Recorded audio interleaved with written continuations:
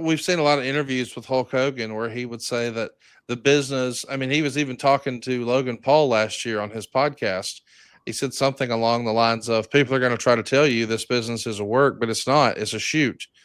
He who goes on last, he who has the title makes the most money. That sounds like a shoot to me, brother. That was Hulk Yeah, Hogan's approach. And then you yeah, see in that particular match, man, Sean is like channeling his innermost Mr. Perfect. I mean, he is a Super Ball bouncing around all over the yeah. place for Hogan. Do you think Hogan was upset, pissed off, or disappointed in the match? Or did he think, it was a pretty good match and I won? See you down the road. Well, first off, you're saying that Sean's shining. Of course, you're going to shine, man. You're in there against a legend, and if you got any competition juices in your body at all, you're going to come. So Sean knows he's got the youth over Terry. Sean knows he can everything he does, he can outshine Terry. So he's laying it on the line. I mean, he's putting all of his best moves forward and putting them together in a fantastic way. But to back up a few hours, I mean, everybody knows about my friendship with Pat was very, very close. Pat was in charge of that match, and Pat and I used to talk about the laying out matches all the time. How he did it such in a spectacular way there. Pat would come to me and he'd just start shaking his head.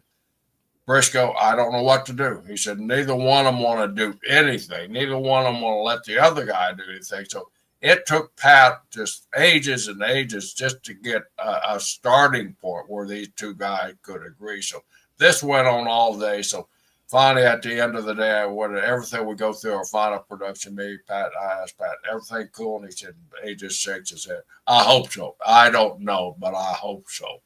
And so it turned out where Sean excelled and Shawn did everything that Shawn Michaels could do.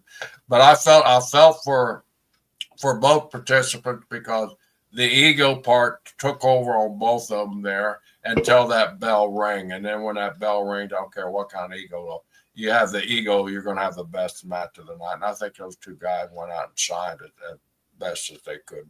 It was, but on a production standpoint, Pat Patterson was pulling his hair completely out of his head and saying all those old Patisms that we go around repeating all the time. I mean, he had a tough night that night laying out this match, but we all saw it. Wasn't the greatest match in the world? I don't think it was, but I think it was a good match for both of them. Well, Mr. Briscoe, let me put you on the spot.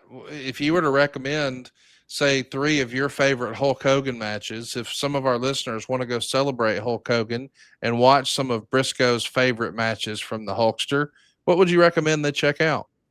Well, first of all, just for the reaction, I'd check out the Hogan and the Rock match. I mean, to me, that was just one of the greatest matches of Terry and Dwayne because they both set aside their egos for a while and went out and did what was right for business. You hear that a lot, doing what's right for business. A lot of times you get these egos in there. They don't do what's right for business. They do what's right for the character. Me as a character, would I do that? But they went out and I think they did what's right for business. And of course, the topper, I'm going to just name two of them. The topper has to be Andre the Giant, like John said, it's the most sequential match that ever in the history of professional wrestling that changed the world. I don't care what the marks out there say. That match actually changed the way wrestling is perceived throughout the entire world. So those two matches right there, I don't think any other. I'm sure there's other. And I actually enjoyed 1-3. I actually enjoyed the Mr. McMahon match with Hogan. I enjoyed his match with Randy Savage at WrestleMania 5. That was that's probably my first feud that I remember in wrestling. So that one always stands out to me. John, what Hulk Hogan matches would you recommend to our listeners? I'd recommend all of those, and I'd probably throw in the Shea match that they had, where Hogan was the heel and Andre was the babyface. I thought that match it gives you such a unique perspective of what happens later. So I would go with those matches, but I would throw in the Shea match. I do want to mention that when you're talking about the Shea Stadium match, that's a really interesting one because WrestleMania 3, respectfully, was built on the fact that Well, we didn't have access to the information that we do now. So we were embellishing a little bit, but hey, that's what we have to do for storytelling. We were saying things like, well, these guys have never wrestled before, and Andre's never lost a match before, and Andre's never been slammed before. And none of those things are technically true. Hulk Hogan had already done all of those. But I do think that is a difference in the way wrestling is presented now versus the way it was back then. We just talked about this a few weeks ago, John, here on the program, that these days you couldn't get away with padding Goldberg's streak. Like, he didn't win 20 matches over the weekend, that sort of thing. But I think that all of that buildup, that really added to the drama, and I think that's the reason we hold the Andre match in such high regard. Do you think we should do more of that? Should we just, I mean, I know the internet's going to call out everything and say, well, actually, they did wrestle, and I get that. But, man, it sure was fun to just suspend our disbelief. Yeah, this is the first time they've wrestled, and he has never lost, and nobody's ever body slammed that big, stinky giant. We should get back to that a little bit, I think, John. Yeah, I agree. And I'm willing to bet that your brother Jack probably slammed Andre before, didn't he, Jerry? I believe he did, yeah. I believe Andre, if Andre liked you, Andre let you do anything you wanted to do in there. And I'm sure that probably Andre even called it, because I know Jack would call it, because he didn't ever fancy himself as a big, powerful guy. Yeah. But, Andre was slammed all over the country before. Yeah, that's right. He was slammed more often than he was not. So many guys. But Conrad, I agree. I used to have, Vince in my ear all the time. And Vince would, we'd sit there, beforehand, go over notes. He goes, "This is for the first time we've ever done this." And, we didn't barely bring up, Vince, we actually did this about 4 years ago. Nah, don't bring it up. Just first time we ever done it, and I get that fans out there, they would pick me and Michael Cole apart because of that. Go, guys, this isn't the first time we ever done this. This was done back in April of XXXXX. 90% of fans don't care, and that's who you're really going for. And so, yeah, I agree with that. I thought the build-up to Andre, he had been slammed 100 times, and he had been beaten before.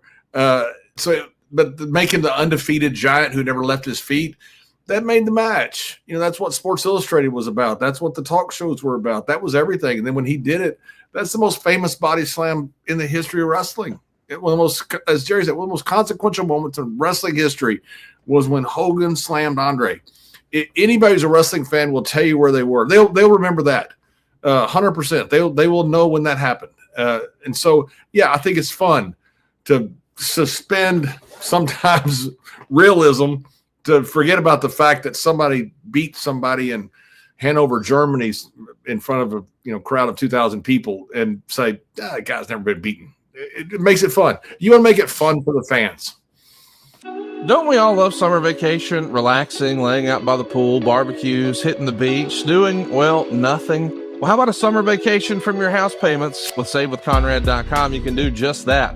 Reduce your monthly payments by making the equity you built up in your home work for you. You can roll together those high interest rate credit cards into one lower monthly payment, and perhaps access some of that newfound equity to turn your house into your dream home with no money out of pocket. And how about this? You get to skip your next 2 house payments. That's right. You won't have to make your June or your July house payment. You're done until August 1st. Go right now to SaveWithConrad.com. Let my team run the numbers for you for free. There's no obligation, and if we can't help you save some cash, we won't waste your time. And did I mention we're offering a 3-year guarantee right now? That's right. That means if at any point interest rates improve over the next 3 years, you get a free refi. That's right. No new lender fees from us. So you get to save money now without wasting money later when the rates improve on a whole second set of closing costs. Why not go to SaveWithConrad.com and get a guarantee? Save money now and save money later with your friend in the mortgage business. That's me, Conrad Thompson at SaveWithConrad.com. Shoot me an email at Conrad@SaveWithConrad.com. Give us a call at 888-425-0105 or get yourself a quick quote. Even talk to a live person right now at SaveWithConrad.com. NMLS number 2129, equal housing lender. Let's take a summer vacation from house payments at SaveWithConrad.com.